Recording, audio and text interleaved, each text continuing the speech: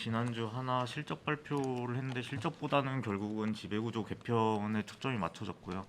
간단히 정리를 하자고 보면은 기존의 지배구조이고 이거를 하나는 하나 방산을 물적 분할해서 100% 자회사로 만듭니다. 그 이후에 이 하나는 하나 방산을 에어로스페이스에 100% 지분 다 넘기고요.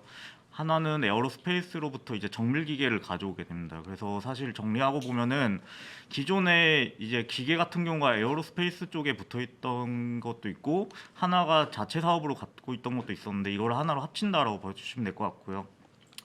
방산 부문도 마찬가지로 에어로스페이스나 디펜스 이렇게 있던 부분을 이제 방산 하나 자체 사업 사실상 거의 탄약이 다였거든요. 이 탄약을 에어로스페이스에 넘기면서 방산 사업도 일어나있다. 그리고 이 이후에 결국은 하나랑 하나건설도 합병을 하게 되고요. 하나 에어로스페이스랑 하나 디펜스로 합병을 하게 됩니다. 그래서 지배 구조가 사실상은 좀 단순화된다라고 봐주시면 될 것 같고, 그래서 큰 그림에서 보시게 되면은 사실 삼성물산과 좀 유사한 모습을 그리지 않나 이렇게 볼 수 있을 것 같습니다. 그래서 건설을 자회사에서 사업부로 흡수 합병을 하게 되고 거기에 글로벌 상사 사업을 갖고 있고 그리고 생명을 직접 보유를 하면서 최대 주주가 됐다.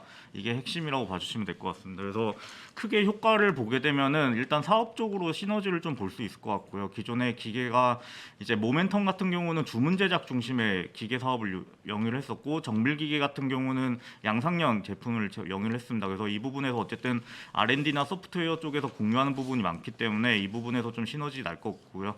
방산 같은 경우도 하나가 갖고 있던 방산은 거의 탄약이 대부분이었는데 이 탄약보다는 사실 방산 쪽은 플랜트 그리고 K9 자주포라던가 좀 고성능 무기에 좀 맞춰져 있었습니다. 그래서 이거를 보통 수출 계약을 할 때 플랜트를 중심으로 하고 탄약 같은 경우는 따로 계약이 이루어지는 경우가 많았거든요. 그래서 이거를 에어로스페이스에 붙임으로써 오히려 탄약 쪽도 더 시너지를 날 수 있지 않겠냐라고 생각을 하고 있습니다. 그리고 두 번째 같은 경우는 하나랑 결국 건설의 합병인데요.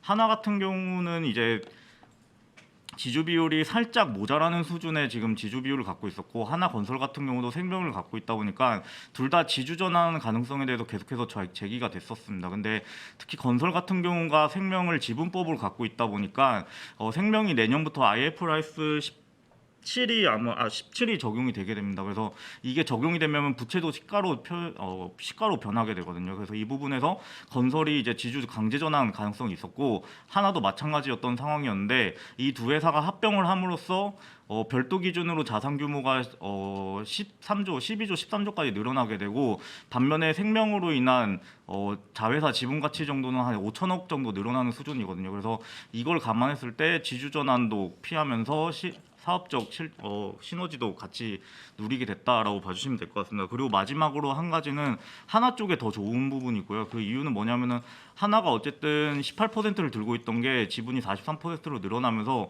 생명으로부터 수취하는 배당금이 늘어났다는 점입니다. 그래서 이 부분에서 하나가 어쨌든 재무 능력이라던가 아니면은 배당 재원으로 좀 활용할 수 있는 길이 열렸기 때문에 좀 주주 환원 쪽으로 강화될 수 있지 않겠냐라고 생각을 하고 있고요.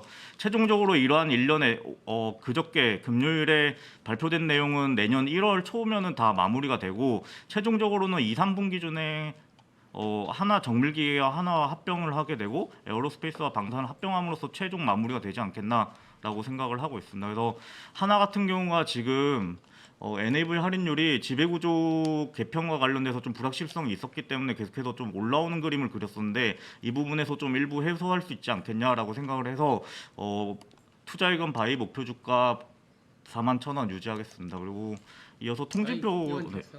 네, 알겠습니다.